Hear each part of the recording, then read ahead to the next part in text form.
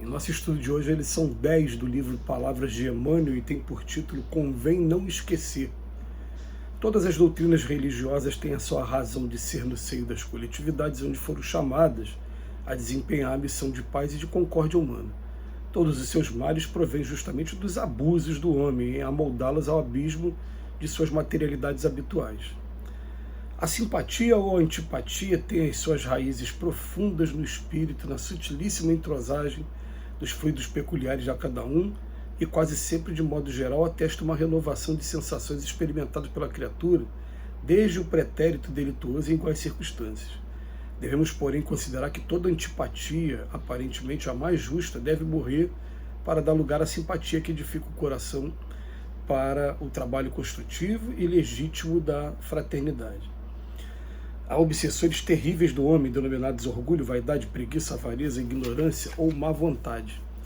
E convém examinar se é vítima dessas energias perversoras que muitas vezes habitam o coração da criatura, enceguecendo para a compreensão da luz de Deus. Contra esses elementos destruidores faz preciso um novo gênero de preces que se constitui de trabalho, fé, esforço e boa vontade. É imprescindível caminhar na direção dos lobos, não na condição de fera contra fera, mas na posição de cordeiros e embaixadores. Não por emissário da morte, mas por doadores da vida eterna. É preciso lançar a regra do silêncio e da paz à fogueira das lucubrações tormentosas, para que a nossa existência não se transforme em voraginoso inferno. A grande luta não reside no combate com o sangue e a carne, propriamente, mas sim nas nossas disposições espirituais inferiores.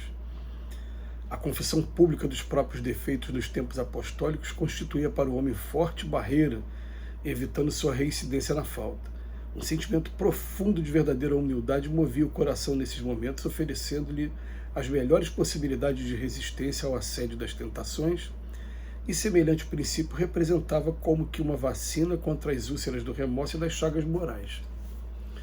Muitos chegam à obra, todavia, não passam além da letra, cooperando nas organizações puramente intelectuais. Uns improvisam sistemas teológicos, outros contribuem na estatística e outros ainda se preocupam com a localização histórica do Senhor. Entidades discutidoras, levianas, rebeldes e inconstantes transitam em toda parte. Além disso, incógnitas e problemas surgem para os habitantes dos dois planos. Em vista de semelhantes razões, os adeptos do progresso efetivo do mundo, distanciados da vida física, pugnam pelo espiritismo com Jesus, convertendo-nos o intercâmbio em fator de espiritualidade santificante. No serviço divino é aconselhável não disputar, a não ser quando o esclarecimento e a energia traduzem caridade. Nesse caminho, a prática do bem é a bússola do ensino. O pensamento é o gerador dos infracorpúsculos da linha de força do mundo subatômico, criador de correntes do bem e do mal, grandeza ou decadência, vida ou morte, segundo a vontade que o exterioriza e o dirige. A residência da alma permanece situada no manancial dos seus próprios pensamentos, a experiência necessária como chave bendita que descerra portas da compreensão. Nas comunidades de trabalho cristão, muitas vezes observamos companheiros altamente preocupados com a tarefa conferida a outros irmãos de luta. É justo examinar, entretanto, como se elevaria o mundo se cada homem cuidasse da sua parte, nos deveres comuns, com perfeição e sinceridade. A escola é um centro de indução espiritual onde os mestres de hoje continuam a tarefa dos instrutores de ontem. E o desejo é a alavanca do nosso sentimento, gerando a energia que consumimos segundo a nossa vontade. As mensagens que foram colhidas para compor o texto de hoje, elas estão dizendo respeito muito ao trabalho coletivo que se desempenha quando se está numa atividade religiosa, seja ela católica, seja ela um dos ramos do protestantismo, seja ela nas lides espíritas. E a gente tem algumas considerações bastante interessantes aqui para a gente. Primeiro, a gente colocar uma coisa na cabeça aqui, logo no primeiro texto, ele vem falar assim, ó, todas as doutrinas religiosas têm a sua razão de ser no seio das coletividades onde foram chamadas a desempenhar a missão de paz e de concórdia humana. E os males, ele veio, na verdade, é do abuso que o homem coloca no materialismo, que ainda tem nele ainda. Então, a primeira coisa que a gente tem que colocar na cabeça para a gente poder entender, todas as religiões têm a sua função. Se tem gente ali, é porque tem necessidade daquela pessoa estar ali para ela aproveitar o tipo de doutrina, o tipo de dogma que aquela religião tem a oferecer. O pai que é um pai de amor, de verdade, ele não tem esse ciúme, não tem essa coisa, não. Né? A gente tem que começar a entender assim, algumas frases do Cristo, por exemplo, quando Cristo fala assim, eu sou o caminho, a verdade e a vida e ninguém vem ao Pai através de mim, a gente até os dias de hoje confunde essa frase achando que, então eu vou pedir ao Pai para me levar para... pedir a Jesus para me levar ao Pai. E ele fala, não são todos os que dizem Senhor, Senhor que entrarão no reino dos céus, somente aqueles que praticam a minha lei. O que ele está querendo dizer que eu sou o caminho, pratica o que eu estou falando e que você vai conquistar o teu caminho. Aí, em outro momento também, a mãe chega desesperada, Senhor, coloque aí meus filhos, um sentado à tua direita e outro à esquerda. Aí ele falou assim, mulher, será que ele tem condição de beber o cálice que eu vou beber? Aí quando ele olha para os dois, fala assim, acho que você também, porque ele ia morrer daquele jeito cruel, os dois poderiam também ter o gênero de morte também. Mas ele fala, quanto a botar ele na minha esquerda ou direita, isso não cabe a mim, cabe ao Pai que está no céu. A gente tem que fazer a nossa parte, mas cada religião tem a sua importância. Agora, muitos chegam à obra e não passam da letra. A pessoa primeiro começa nas organizações puramente intelectuais, estudo do texto bíblico, estudo do livro dos Espíritos, comparação, discussões teológicas. Outros contribuem na estatística e outros ainda se preocupam com a localização histórica do Senhor. Interessante ele colocar isso, né? E ele vem falar para a gente, no serviço divino é aconselhável não disputar, a não ser quando for o esclarecimento e a energia para a caridade. Esse vale a pena disputar.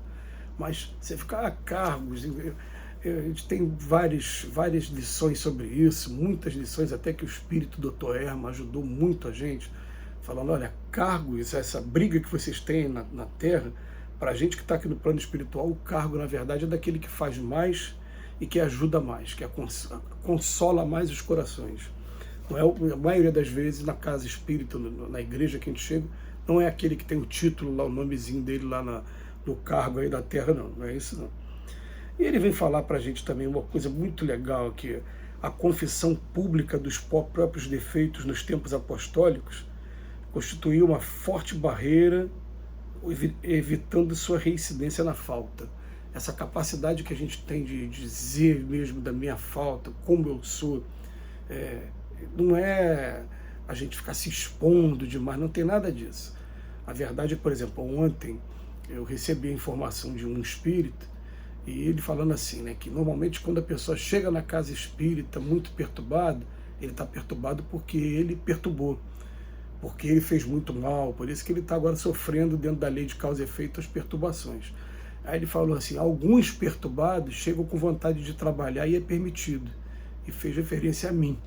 Né? Quer dizer, eu ainda sou um espírito perturbado, que estou procurando através do estudo aparar as arestas e fazendo um esforço que está ao meu alcance para tirar essas palavras aqui apenas do campo das ideias e transformar em atitudes.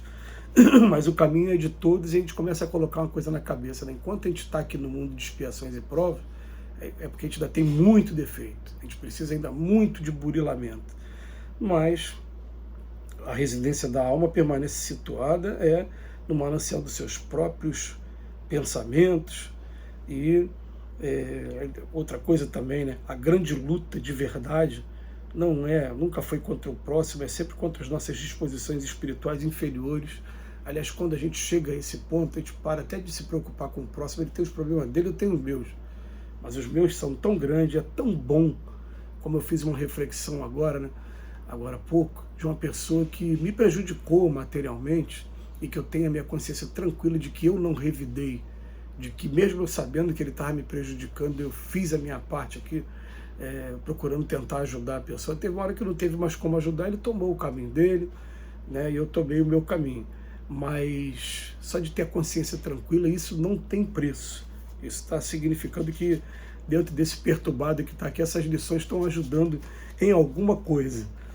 E por final ele fala assim, nas comunidades de trabalho cristão, muitas vezes observam companheiros altamente preocupados com a tarefa conferida a outro irmão. É justo examinar, entretanto, como se elevaria o mundo se cada um fizesse a sua parte nos deveres comuns com perfeição e sinceridade. Fica a mensagem de Emmanuel para a gente até reler e meditar bastante. Que Jesus nos abençoe hoje e sempre.